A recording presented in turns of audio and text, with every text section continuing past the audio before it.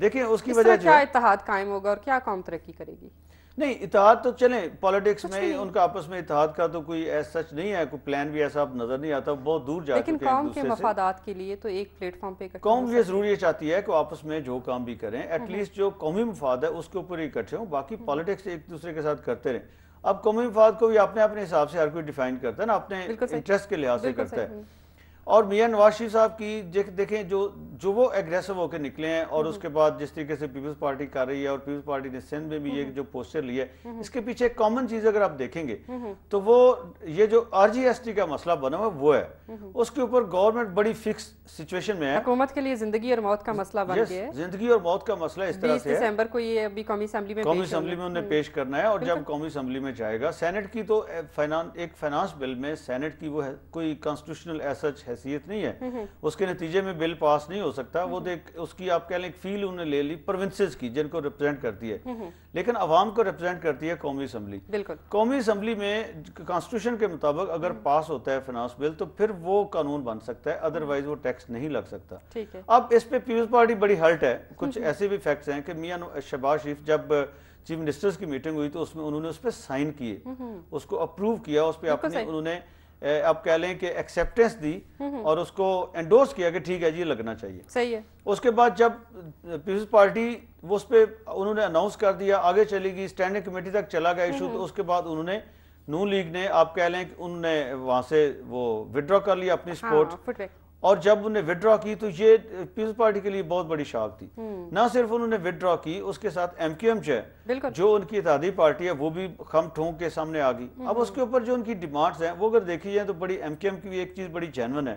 وہ کہتے ہیں کہ زمینداروں کے اوپر بھی ٹیکس لگائیں۔ زمیندار وہ ہیں جن کو پیپلز پارٹی ریپرزینٹ کرتی ہے بیسیکلی، تو اس میں سارے لوگ بڑے زمینداروں کو شامل کرنا چاہیے نا، ایک چھوٹا زمیندار، ایک چھوٹا کاشتکار جو بڑی مشکل سے پیٹ پالتا ہے، یس یہ تو ٹیکس لگتا ہے تو اس میں ضرور ہونا چاہیے، فرق رکھنا چاہیے، وہ تو اس کی یہ تو اس پہ تو بات ہو سکتی ہے نا، لیکن تھیوریٹیکلی یہ بات تو ٹھیک ہے کہ ایگریکلچر سیکٹر کے اوپر بھی انکم ٹیکس، ایسے لوگ جن کے ہزاروں ایکڑ اراضی ہے بلکہ لاکھوں ایکڑ بھی پاکستان میں ایسے لوگ بھی ہیں، تو ٹیکس تو ان کو دینا چاہیے، اگر ان کی کروڑوں کی انکم ہے تو اس پہ ٹیکس لگنا چاہیے۔ جو لوگ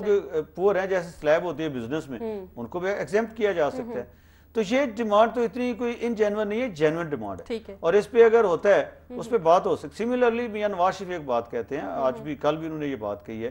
کہ اگر جو ایگزسٹنگ ہمارا ٹیکس سسٹم ہے اس کو ایفیشینٹ کر لیں تو اس کے نتیجے میں کم از کم 1500 ارب روپے اور اسی سسٹم سے ہم جنریٹ کر سکتے ہیں۔ تو یہ جو ان کی بات ہے آلموسٹ کہہ لیں کہ ہمارا جو اس وقت ہے کچھ 1600 بلین کا جو ٹارگٹ ہے 1596 لگ بھگ، وہ ڈبل ہو جاتے ہیں آلموسٹ۔ تو یہ ہے پوٹینشیل، یہ اپنے پروگرام میں بھی اس سے پہلے ہم آر جی ایس ٹی کے اوپر جب ہم نے ڈسکس کیا تھا تو ہم نے اس وقت کیلکولیٹ کر کے اپنے ناظرین کو بتایا تھا کہ اتنا ٹیکس مزید اس سسٹم سے ہی جنریٹ ہو سکتا ہے۔ اب گورنمنٹ جو ہے اس وہ چونکہ پرومس کر چکی ہے، اب وہ دوسرے ٹیکس کی طرف جاتی ہے تو ٹائم بھی نہیں ہے اس کے پاس اتنا، آئی ایم ایف کو وہ کیا اگر ایک اور پرپوزل اور اس کے اوپر نئے مذاکرات ہوتے ہیں تو گورنمنٹ ایک فکس سچویشن میں چلی گئی ہے، اور اس پہ گورنمنٹ جو ہے بڑی ایک طرح سے اس نے کہہ لیں کہ اپنی غصے کا اظہار کرنا شروع کر دیا ہے، اور وہ پارٹیز جو pro R G S T ہیں اور جو anti R G S T ہیں ان کا ایک طرح سے نئے سرے سے الائنمنٹ ہوتی ہوئی نظر آ رہی ہے۔ امیر صاحب اگر ایم کیو ایم اور نون لیگ جو ہیں اس کی مخالفت کرتے رہتے ہیں، اس کا ساتھ نہیں دیتے ہیں پیپلز پارٹی کا، تو وہ تو کیو لیگ کو ساتھ ملا کر اس کو پاس کروا لیں گے؟ دیکھیں کیو لیگ کو ساتھ ملاتے ہیں یہ ہو سکتا ہے، یہ تھیوریٹیکلی آپ کی بات ٹھیک ہے، یہ ہو سکتا ہے، جو اگر جو نمبر گیم کو دیکھا جائے تو کیو لیگ کے 54 ہیں، ایم کیو ایم کے صرف 25 ہیں، نون لیگ تو پہلے مخالف ہے نا، باقی اے این پی گورنمنٹ کے ساتھ کھڑی ہے۔ آج ذوالفقار مرزا صاحب کی جو سپیچ تھی انہوں نے اے این پی کو اس میں بڑے کھلے دل سے سپورٹ کیا، تو وہ تو ٹھیک ہے، یہ تو ہو جائے گا، پاس ہو جائے گا، لیکن دیکھیں ٹیکس جو ہوتا ہے نا قانون کی ایک اسپرٹ ہوتی ہے، بیسٹ لا وہ ہوتا ہے کوئی بھی وہ اگر خاص طور پہ اس کا تعلق پیسے سے ہو، دوسرا بھی کوئی بھی قانون وہ لوگوں کے لیے ہوتے ہیں، لوگ اگر سوسائٹی اس کو ایکسیپٹ کرتی ہے تو وہ قانون کی اسپرٹ کے بالکل مطابق ہے،